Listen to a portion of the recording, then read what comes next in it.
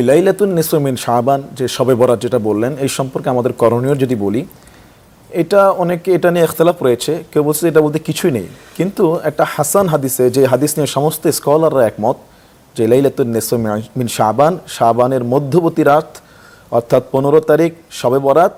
লাইলাতুন নিসফ মিন শাবান ফায়াগফিরু লিজামিই খালকিহি ইল্লা লিমুশরিকিন আও মুশাহিনিন। রাসূল সাল্লাল্লাহু আলাইহি ওয়াসাল্লাম বলেছেন যে এই রাতে আল্লাহ সুবহানাহু ওয়া তাআলা সমস্ত মাখলুককে আল্লাহ তাআলা মাফ করে দেয়।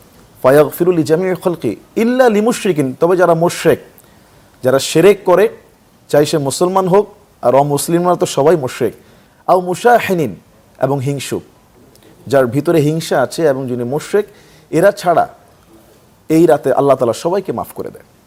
এবং এই হাদিসটি হাসান এবং সমস্ত স্কলাররা বলেছেন এই হাদিসটি সহিহ। এতে করে নিঃসন্দেহে বোঝা যায় যে শবে বরাত আমাদের বাংলায় আমরা যেটা বলি ফার্সি শব্দ, এটি একটি গুরুত্বপূর্ণ রাত, এটি ইবাদতের রাত। কিন্তু এই রাতকে কেন্দ্র করে সম্মিলিত যে ইবাদত, এটা কিন্তু হাদিসের মধ্যে কোথাও নাই যে আমরা এই রাতকে ইবাদত করে আমরা এটাকে একবারই ঈদের মজমার মতো বানিয়ে সম্মিলিতভাবে সারা রাতভর আমরা ইবাদত করছি। আপনি সারা রাতভর আমরা মসজিদে ইবাদত করতে পারি, সমস্যা নেই, সিঙ্গেলি করতে পারি, সমস্যা নেই, বাসায় করতে পারি, কোনো সমস্যা নেই। কিন্তু এই রাতকে কেন্দ্র করে এক শ্রেণীর কিছু মানুষ আছে, ওরা আবার কিছু হালুয়া রুটির আয়োজন করে, বরকত মনে করে, সওয়াবের কাজ মনে করে। নাউজুবিল্লাহ, এগুলি কিন্তু একবারে সম্পূর্ণ বাড়াবাড়ি, এগুলি বেদাত। এবং ঢাকা শহর থেকে শুরু করে কিছু ছেলেপেলে আছে এই রাতগুলোতে আতশবাজি ফুটায়, ফটকাবাজি করে। এবং এই রাতকে আমরা গুরুত্ব দেই, গুরুত্বহীনতা না, অবশ্যই গুরুত্ব রয়েছে, কিন্তু আমরা এটাকে এমনটাই গুরুত্ব দেই, তার থেকে বড় গুরুত্বপূর্ণ রাত যে লাইলাতুল কদর রয়েছে সেটাতে কিন্তু আমাদের কোনো হুঁশই থাকে না। শেষ 5টি রাতের কথা আমি তুলনা করে বলছি। তো এই জন্য শবে বরাতে অবশ্যই আল্লাহ তাআলা সবাইকে ক্ষমা করে দেয়। এই রাতে আমরা আল্লাহর কাছে ক্ষমা চাইবো, আর আমরা দেখবো যে আমাদের সাথে কোনো শিরকের কাজ আছে কিনা। যেহেতু স্পেসিফিকলি হাদিসে বলা হয়েছে যে মুশরিক যারা, এদেরকে এই রাতে ক্ষমা করা হয় না, এবং মুশাহিনিন যারা, হিংসুক যারা, এদেরকে আল্লাহ তাআলা ক্ষমা করেন না। অন্তরে হিংসার বীজ যদি কারো থাকে, সে যত ইবাদত করুক এই রাতে তার ইবাদত কবুল হবে না।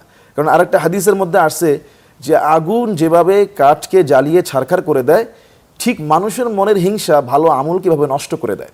তো এই জন্য রাসূল এই দুইটা জিনিসের কথা বলেছে। কিন্তু আমাদের দেশে আমরা ইবাদত করছি আলহামদুলিল্লাহ, কিন্তু এইটাকে কেন্দ্র করে যে বাড়াবাড়ি হয়, যেমন হালুয়া রুটির যে ইবাদত, এবং তারপরে আপনার আতশবাজি, ফটকাবাজি, এরপরে সারা রাতভর মসজিদে না থেকে বাইরে ঘোরাঘুরি করে, একবার শেষ রাতে একটু ফজরের আগে একটা আখিরি মুনাজাতে আমরা শামিল হয়ে যাই, আর সারা রাত আমরা ঘোরাঘুরি করি, কেনাকাটা, ব্যস্ত, খাবার দাবার, এগুলো নিয়ে আমরা বেশি মত্ত হয়ে যাই। ইবাদতের থেকে আপনার অন্য কিছুতে আঞ্জাম টাঞ্জাম বেশি দিয়ে ফেলি।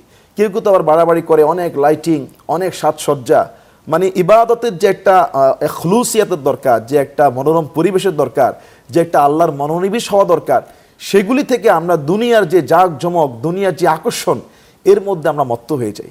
এজন্য শবে বরাত এবং শাবান মাসটা, আর এই দিনকে কেন্দ্র করে আমরা ওনলি ফর একটা রোজা অনেকে বলি, কিন্তু না, যে রোজাটার কথা রয়েছে, আমি তো বলেছি লাইলাতুন নিসফ মিন শাবান সম্পর্কে একটা হাদিস একবারে বিশুদ্ধ, এটা সম্পর্কে কোনো ইখতিলাফ নেই। কিন্তু রোজার ক্ষেত্রে কিন্তু মোটামুটি সব স্কলাররা একমত, রাসূলুল্লাহর ধারাবাহিক আমল শুধু শবে বরাতের একটি রোজা না রেখে 13, 14, 15, এটা রাসূলুল্লাহর আইয়ামে বীজের ধারাবাহিক আমল। রাসূল সাল্লাল্লাহু আলাইহি ওয়াসাল্লাম জীবনে কয়েকটি কাজ কখনই ছাড়তেন না, এমনকি মুসাফির অবস্থাও আল্লাহর নবী এই আইয়ামে বীজের রোজাটা ছাড়তেন না, তিনি রাখতেন। এজন্য শবে বরাতের শুধু 15 তারিখের রোজাটা না রেখে আমি বলবো 13, 14, 15 এই 3টা দিন রোজা রাখেন। আর রাসূল তো শাবান মাসে শুধু 3টা না, বেশি রাখতেন। জি, ধন্যবাদ।